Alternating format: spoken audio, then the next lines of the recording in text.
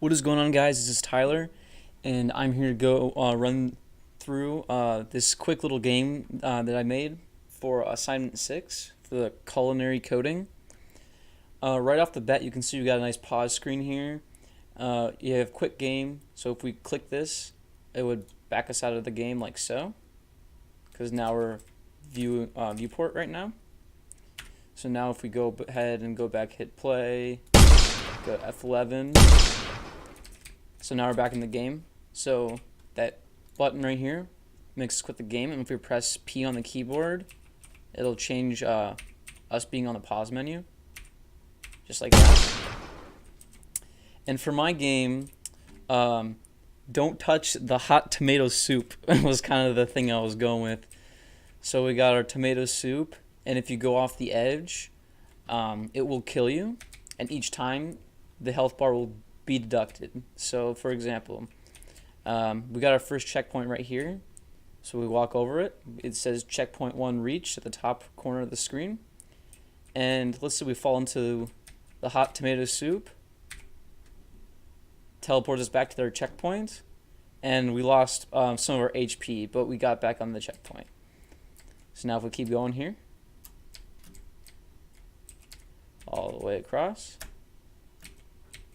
jump on the noodles, onto the stairwell, and right here we have checkpoint 2. Checkpoint 2 reached, top left corner of the screen.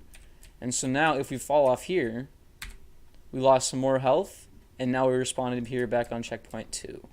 So let's continue. There we go. Ah, nice jump. Alright, cheers, checkpoint 3. Checkpoint 3 reached, top thing of the corner or whatever. And so now we fall again. Oops. We lost another chunk of our health, but we respawned back up here on the checkpoint. So now let's go ahead and get to the end. And once we cross over here to this nice little Unreal trophy, we walk right in here. Congratulations, you win. And that's the end of the game. So let me go ahead and go through my blueprints real quick.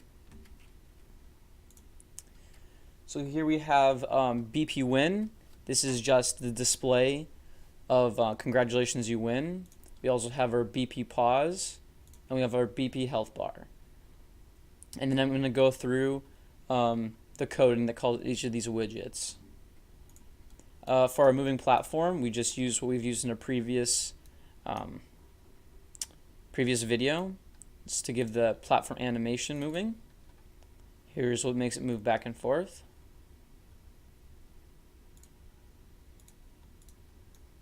So now let's go to the first person character. So this is the line of code for the pause menu. Press P. Sets the games to pause. And this is where it calls that BP pause widget, and you can see on the viewport. And then this removes that widget so that you can go back to the game. This is what's deducting our health right here. And I have to go back in the health menu actually to explain something real quick. But that's what's going on right here. It's calling current health, which current health is right here. I bet it's right here under these variables. So current health is set to 100. Max health is set to 100, and so it's taking our current health, subtracting 20 from it, and then setting it so it's back at 80. If we go back to our BP health bar real quick, right underneath here, get health bar percentage, we had to bind our percentage bar so that it would change. So if we go to get health bar percent, there we go. All right. So we have this little code inside here to get health bar percentage. We're casting it to the first person character because that's where we're sending it. Get player character. And we're dividing it so that way it's a decimal because that's the rate of it. And then we're returning it back into the percentage. So we're taking 80 when 20 health is taken off. 80 divided by 100 is 0.8, and setting that percentage to 0.8, which is how that health bar is being moved.